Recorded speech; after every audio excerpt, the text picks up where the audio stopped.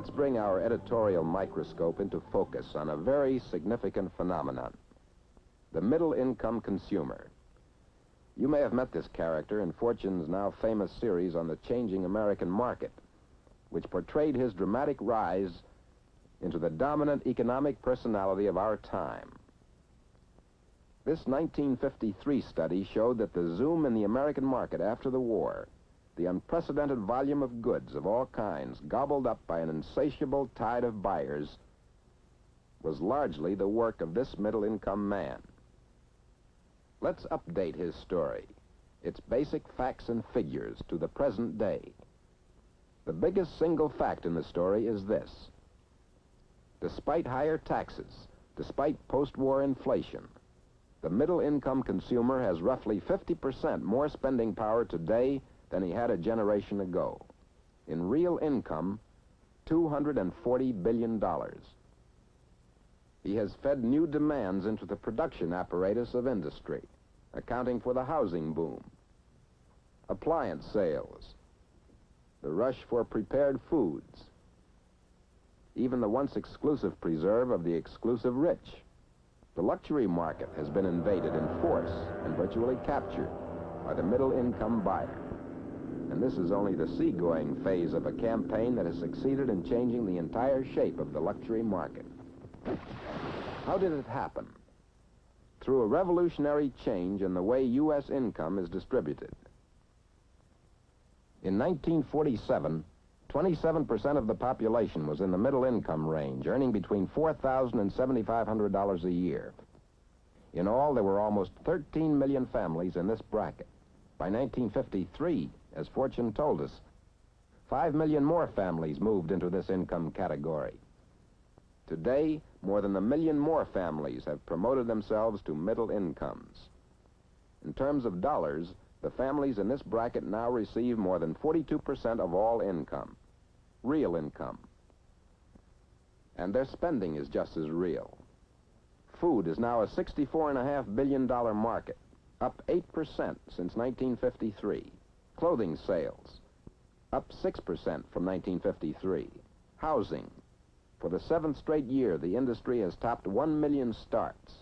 Home goods, furniture, TV, electrical appliances and such, up 15% since '53. The family car, 7.5 million autos bought in '55. So far, demand has matched the incredible pace of American productivity, stride for stride.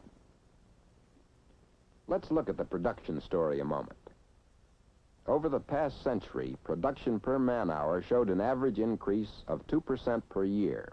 These 2 percentage points, compounded annually, doubled production over the last generation, quadrupled it over the last 2 generations. They made America. But see what has happened since 1947. The yearly rate of increase has risen 50%, and the implications of that rise are truly staggering. If sustained, as it seems likely to be, it will remake America. Production per man-hour is slated to redouble by 1980. But this productive potential, if it is to translate itself into standard of living, has got to be sold, and in large measure, sold to him. Thus, marketing becomes the pivot on which our continued prosperity turns. Marketing must make the growing production mesh with the expanding market. This is where the challenge now lies. To meet that challenge, American business has taken a new look at its own attitude to marketing and advertising. Over the past 30 years, the ups and downs of advertising activity kept pace with the ups and downs of consumer spending. When sales rose, promotional activities rose. When sales dropped, advertising dropped. But in 1949, and again in 1953 and '54, there was a change. As the volume of sales slid down, advertisers countered by moving the volume of advertising steadily up. For the first time, advertising and selling were allowed to create sales, instead of sales creating advertising and selling. How come? That's the question we put to a group of manufacturers recently. Here are the answers. The vice president of a leading camera company said, In 1954, our advertising appropriation increased approximately 20% over 1953, whereas sales showed no change. As a result, we were able not only to hold our own in the marketplace, but to stabilize our employment levels. The president of a top oil company told us, "Our plans call for a continuation of our present aggressive advertising and promotional efforts. We fully expect our competitors to do likewise." The president of the #1 beverage company said, "Businessmen today regard advertising as an investment rather than just a business expense." And the president of a leading tire and rubber company put it this way, "Advertising and other sales activities should not move up and down with minor changes in the total volume of business. They should maintain a steady pace geared to the overall growth trend." These statements represent a very real and important change in business thinking.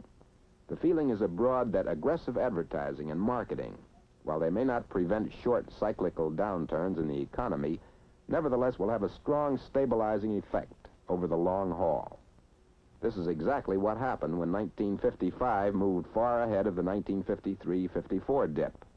The basic reasons for the new outlook are, first, a new confidence in the ability of government to help maintain economic stability.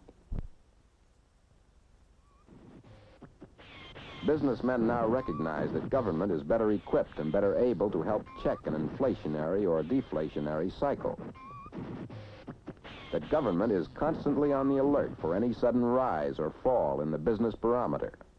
Second, and far more important, is the growing awareness of business leaders that the #1 job of industry today is distribution. Moving the goods into the hands of consumers. Matching desires with income, prices with costs, consumption with production. This is the function of marketing. And marketing, as management now realizes, consists of all company operations, except only physical production. All the services that help move the product to the buyer. Marketing research, product designing, product testing, product servicing, merchandising, packaging, pricing, physical handling, storage and transportation, credit and financing, accounting and billing, sales organization, sales force, sales outlets, retail selling, advertising, public relations. Where's the kitchen sink? Well, if you happen to manufacture kitchen sinks, there it is, right on top. The tangible product whose distribution depends on the successful interplay of all these 17 marketing functions. A manufacturer has a complete marketing plan only if he has covered every one of these vital operations. A third reason why businessmen have turned increasing attention to creative marketing is the changing American market, expressed in the zooming birth rate, with bigger families back in style. The amazing mushroom growth of suburban America, the upgraded scale of income everywhere, and especially the new pattern of income distribution, which has let its bounty fall smack in the middle range of income.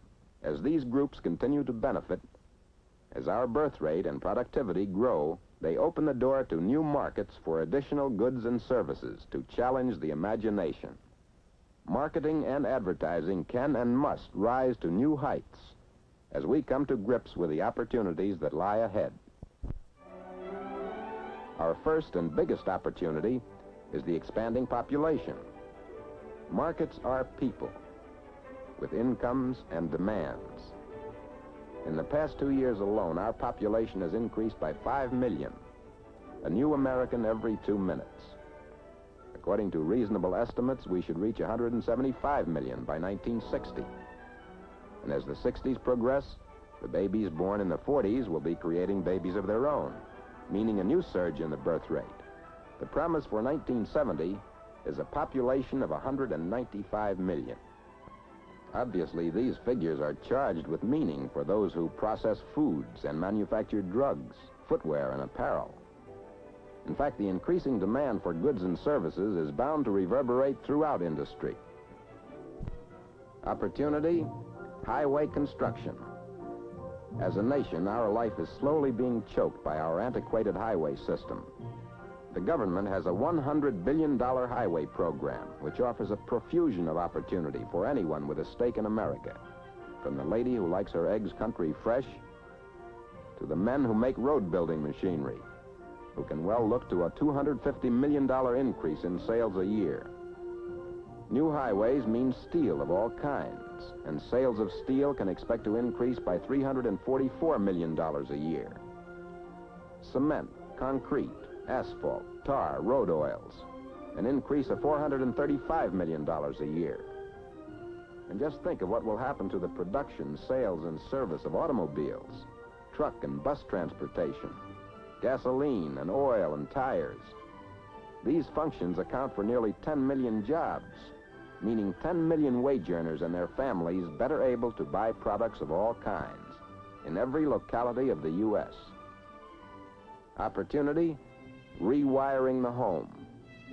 It's a fact that 4 out of every 5 American homes cannot accommodate the electrical wonders of today. Why? Because most homes are not adequately wired for modern appliances. Here's a giant-size opportunity, an $8 billion order for raw materials producers of copper, steel, insulation, electrical appliance manufacturers and distributors, and the people who plan or work for them, public utilities, which must meet the resulting upsurge in demand for gas, oil, and electric power. Opportunity, urban redevelopment. Think of a business, any business, industrial or consumer, and then imagine the opportunities that would open for that business if our cities would step up their present redevelopment programs. Our cities need enlarged parking facilities, more bridges, redevelopment of slums. Add the crying need for new city schools, hospitals, and recreation centers, and urban redevelopment emerges as the biggest single task and opportunity ahead. Less tangible, but just as real, is the opportunity in new product development. The past is only an inkling of the future. And look at what jet planes, penicillin, nylon, television have meant to our economy and our workforce. This much is certain. 10 years from now, a good part of our workforce will be making products as yet unknown, or now incubating in laboratories. A recent statement by a giant electrical company, referring especially to electronic and atomic energy, summed up the near future in these words: "The fields are so promising that we expect to produce more in the next 10 years than in all of the previous 75 years of our existence." Opportunity, the suburbs. 1/5 of America, over 32 million people, now live in the suburbs, and 1.25 million more are moving in each year. This shifting tide of population carries with it a clamor for new shopping centers, new schools, new highways, new fulfillments for off hours and leisure time. As it builds, suburbia becomes a green pasture for every conceivable type of insurance line. And suburban living opens new opportunities for beverages of all kinds, sporting goods, the entire spectrum of consumer goods and services. Opportunity, education. The number of high school graduates has doubled since as recent a year as 1940. This in itself means opportunity to the business community, for it's a matter of straight statistics that the higher the education, the higher the demand for more goods, better food, more leisure, more travel, more education. A people with high standards of education is a people with high standards of living. Opportunity, leisure time. The average American today works 15% fewer hours than he did a generation ago. Yet his productivity is more than half again as high. Both trends, rising productivity and shorter hours, will continue. The increase in leisure time, now and in the years ahead, is a creative economic force bringing new needs, hence new opportunities for marketing. These are only a sampling of the great opportunities in store. Opportunities that could and should and will be seized by American businessmen to create more goods, more jobs, more income, and more opportunities for us all. As we peer into the future, the signposts become visible, even legible. We know we are somewhere in the middle of a period of unprecedented economic change.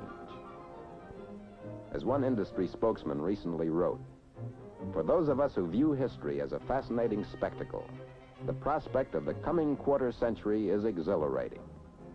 It is as if we were privileged not only to see, but to participate in centuries of development, telescoped into a brief span." It is not too early to train your sights on this prospect right now.